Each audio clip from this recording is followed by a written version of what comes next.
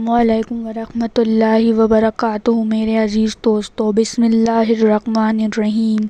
امید کرتی ہوں کہ آپ سبھی لوگ خیریت سے ہوں گے۔ میں بھی بہت خیریت سے ہوں۔ چلیے ہم آج کی اپنی ویڈیو سٹارٹ کرتے ہیں، جو کہ نبی کا فرمان ہے۔ اللہ تعالیٰ نے ان 8 لوگوں کی دعا جلدی قبول کرتا ہے۔ وہ کون سے 8 لوگ ہیں جن کی دعا اللہ تعالیٰ جلدی قبول کرتا ہے؟ ان لوگوں کی دعا جلد قبول ہونے کے لائق ہوتی ہے۔ تو چلیے ہم اپنی ویڈیو سٹارٹ کرتے ہیں اور جانتے ہیں وہ کون سے لوگ ہیں جن کے دعا جلدی قبول ہوتی ہے۔ حضرت عبداللہ بن عباس رضی اللہ تعالیٰ عنہ سے روایت ہے کہ حضور صلی اللہ علیہ وسلم نے ارشاد فرمایا کہ 8 لوگوں کی دعائیں جلدی اور ضرور قبول کی جاتی ہے۔ 1، روزے داروں کی دعا۔ افطار کے وقت دعا قبول ہوتی ہے۔ یہ وقت اگرچہ لمبی بھوک و پیاس کے بعد کھانے پینے کے لیے نفس کے شدید تقاضے کا ہوتا ہے، لیکن کیونکہ مومن بندے نے خدا تعالیٰ کے ایک فریضے کو انجام دیا ہے اور اس کی خوشنودی کے لیے بھوک پیاس برداشت کی تھی، اس لیے عظیم الشان عبادت کے خاتمے پر بندے کو یہ مقام دیا جاتا ہے کہ اگر وہ اس وقت دعا کرے تو ضرور قبول کی جائے۔ طبیعت کی بے چینی اور کھانے پینے کے لیے نفس کی سخت خواہش و رغبت کی وجہ سے اکثر لوگ اس وقت دعا کرنا بھول جاتے ہیں۔ اگر افطار سے 1-2 منٹ پہلے دل کے خلوص کے ساتھ دعا کی جائے تو انشاءاللہ ضرور قبول ہوگی۔ اپنے لیے، دوسروں کے لیے و دنیا آخرت کے لیے جو حاجت چاہے اللہ پاک سے مانگے۔ نمبر 2، امام عادل کی دعا۔ حدیث شریف میں یہ بھی فرمایا کہ امام عادل کی دعا قبول ہوتی ہے۔ امام، پیشوا یعنی رہنما، لیڈر، جسے مسلمان کو اقتدار یعنی سطح، رتبہ اور طاقت مل جائے اور وہ انصاف کے ساتھ شریعت کے مطابق عوام کو اپنے ساتھ لے کر چلے، اسی کو امام عادل کہا جاتا ہے۔ امام عادل کی بڑی فضیلت ہے اور فضیلت کی وجہ یہی ہے کہ وہ اقتدار والا ہوتے ہوئے ظلم نہیں کرتا اور گناہوں سے بچتا ہے اور اللہ پاک سے ڈرتا ہے۔ ایک حدیث میں ارشاد ہے کہ قیامت کے دن جب اللہ کے عرش کے سائے کے علاوہ کسی کا سایہ نہ ہوگا اور لوگ دھوپ اور گرمی کی وجہ سے سخت پریشان میں ہوں گے، اس وقت حق تعالیٰ 7 آدمیوں کو اپنے سائے میں جگہ دے گا۔ ان آدمیوں میں ایک امام عادل بھی ہے۔ امام عادل کی یہ فضیلت ہے کہ وہ جو دعا کرے گا بارگاہ خداوندی میں قبول ہوگی۔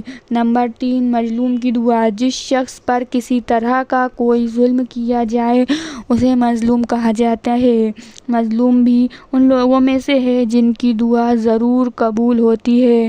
ایک حدیث میں ہے کہ حضور اقدس صلی اللہ علیہ وسلم نے ارشاد فرمایا کہ مظلوم کی بد دعا سے بچو، اس لیے کہ وہ ضرور قبول ہوگی، کیونکہ مظلوم حق تعالیٰ سے اپنا حق مانگتا ہے اور اللہ تعالیٰ کسی حق والے سے اس کا حق نہیں روکتے۔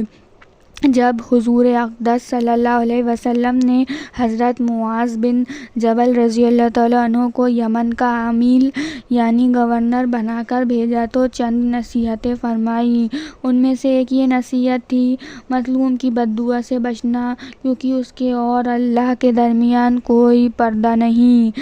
بہت سے لوگ جن کو مال، دولت یا عہدے کی وجہ سے کوئی بڑائی حاصل ہو جاتی ہے، لوگوں کی بات بات میں مار پیٹ کرتے ہیں، طرح طرح سے ستاتے ہیں، مال چھین لیتے ہیں، گردوں سے پٹواتے ہیں، بلکہ قتل تک کروا دیتے ہیں۔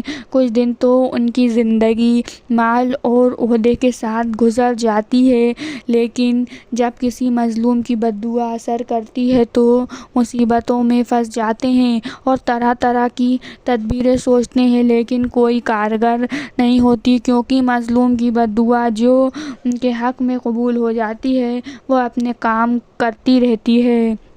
ظالم ظلم کر کے بھول جاتا ہے اور پتہ بھی نہیں چلتا کہ میں نے کس کس کو ستایا اور دکھ پہنچایا ہے۔ اگر مظلوم سے معافی بھی مانگنا چاہیں تو مظلوم کا پتہ نہیں چلتا۔ ہوشیار بندے وہی ہیں جو کسی پر جانی اور مالی کوئی ظلم نہیں کرتے۔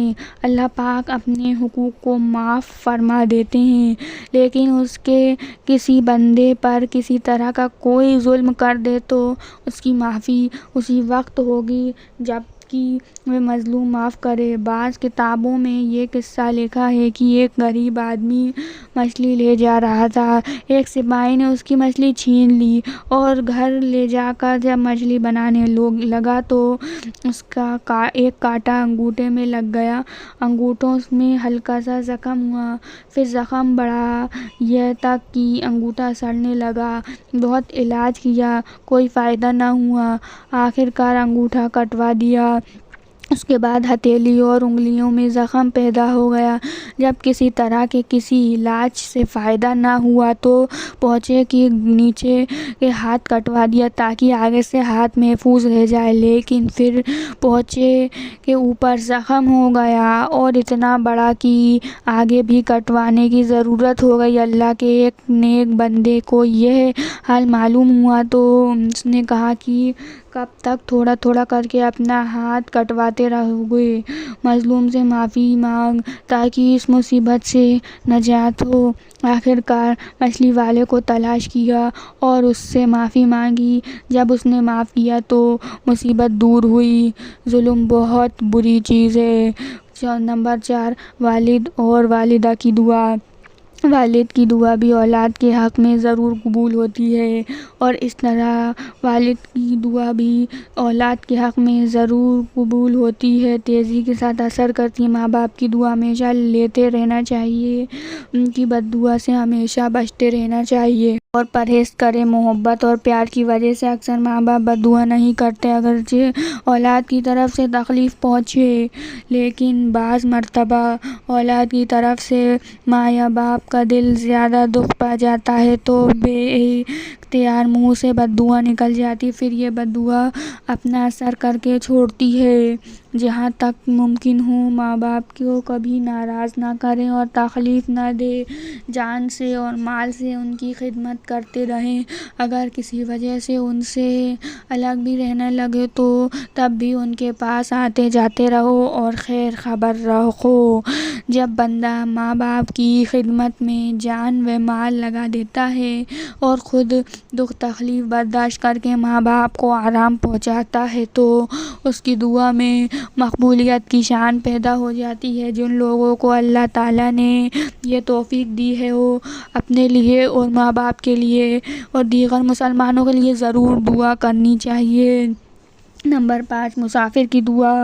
مسافر کو بھی ان لوگوں میں شمار فرمایا ہے جن کی دعا قبول ہوتی ہے، اور وجہ اس کی یہ ہے کہ مسافر گھر بار سے دور ہوتا ہے، آرام نہ ملنے کی وجہ سے مجبور اور پریشان ہوتا ہے۔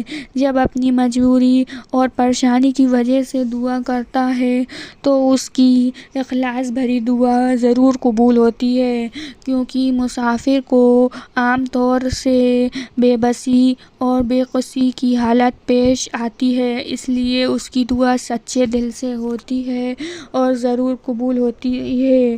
نمبر 6، جو شخص حج و عمرے کے سفر میں ہو اس کی دعا۔ جو شخص حج کے لیے روانہ ہوا ہو یا عمرے کے سفر میں نکلا ہو اس کی دعا قبول و مقبول ہونے کا فائدہ بھی حدیث شریف میں آیا ہوا ہے۔ حضرت ابو ہریرہ رضی اللہ تعالیٰ عنہ سے روایت ہے کہ حضور صلی اللہ علیہ وسلم نے ارشاد فرمایا کہ حج و عمرے کے مسافر اللہ کی بارگاہ کے خصوصی مہمان ہیں۔ اگر اللہ سے دعا کریں تو قبول فرمائے اور اگر اس سے مغفرت طلب کریں تو ان کی بخشش فرما دے۔ اور حضرت عبداللہ بن عمر رضی اللہ تعالیٰ سے روایت ہے کہ حضور صلی اللہ علیہ وسلم نے ارشاد فرمایا کہ جب تو ایسے شخص سے ملاقات کرے جو حج کے لیے گیا ہو تو اسے سلام کر اور اس سے مصافحہ کر اور اس سے درخواست کر کہ وہ اپنے گھر میں داخل ہونے سے پہلے تیرے لیے استغفار کرے، یعنی اللہ تعالیٰ سے تیری مغفرت کا سوال کرے کیونکہ وہ بخشایا ہے۔ نمبر 7، اللہ کی راہ میں جہاد کرنے والے کی دعا۔ جو شخص اللہ کی راہ میں جہاد کرنے کے لیے نکلا اس کی جہاں اور بہت سی فضیلتیں ہیں، ان میں ایک یہ بھی ہے کہ اس کی دعا اللہ کی بارگاہ میں ضرور قبول ہوتی ہے، کیونکہ یہ شخص اللہ کی راہ میں جان و مال کی قربانی دینے کے لیے نکل پڑا ہوا ہے۔ اس لیے اپنے اخلاص اور سچی نیت کی وجہ سے اس کا قابل ہو گیا کہ اس کی درخواست رد نہ کی جائے۔ جب مجاہد اللہ کی راہ میں جہاد کرنے والا دعا کرتا ہے تو اللہ تعالیٰ اس کی دعا ضرور قبول فرماتا ہے۔ نمبر 8، بیمار کی دعا۔ بیمار بھی ان لوگوں میں سے ہے جن کی دعا ضرور قبول کی جاتی ہے۔ اللہ تعالیٰ سے سوال تو ہمیشہ عافیت اور امن سکون ہی کا کرنا چاہیے، لیکن اگر بیماری آ جائے تو اس کو بھی صبر و شکر کے ساتھ برداشت کریں۔ جب مومن بندہ بیمار ہوتا ہے تو اول تو بیماری کی وجہ سے اس کے گناہ معاف ہوتے ہیں اور درجے بلند ہوتے ہیں، دوسرے تندرستی میں جو عبادت کرتا تھا وہ سب کا ثواب اس کے لیے لکھا جاتا ہے، تیسرا اس کی دعا حیثیت بہت بڑھ جاتی ہے اور دعا قبول ضرور ہوتی ہے۔ ایک حدیث میں ہے کہ حضور اقدس صلی اللہ علیہ وسلم نے ارشاد فرمایا کہ جب تم مریض کے پاس جاؤ تو اس سے دعا کے لیے کہو، کیونکہ اس کی دعا فرشتوں کی دعا کی طرح ہے۔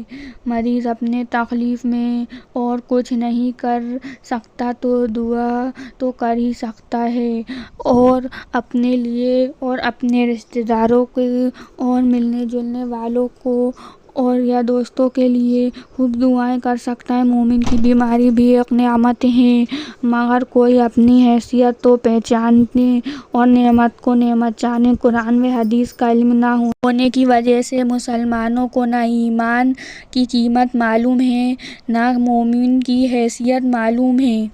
اللہ تعالیٰ علم دے اور سمجھ دے، آمین۔ اب میں یہ ویڈیو یہیں پہ اینڈ کرتی ہوں۔ اگر آپ کو میری ویڈیو پسند آئے تو پلیز میرے چینل کو ضرور سبسکرائب کریے، بیل آئیکن کا بٹن دبانا مت بھولیے۔ میرے ویڈیو کو زیادہ سے زیادہ لائک کریے، شیئر کریے، کمنٹ کر کے بتائیے کہ آپ کو میری ویڈیو کیسی لگی۔ ملتے ہیں اگلی ویڈیو میں۔ ویڈیو کو ثواب جاریہ کے طور پہ دوسروں تک شیئر کریے تاکہ دوسرے بھی اس علم سے محروم نہ رہ جائیں، اسلامک انفارمیشن کے بارے میں ان کو بھی پتہ چلے، اور پلیز میرے چینل کو ضرور سبسکرائب کریے گا۔ ملتے ہیں اگلی ویڈیو میں۔ ویڈیو دیکھنے کا بہت بہت شکریہ۔ السلام علیکم ورحمۃ اللہ وبرکاتہ۔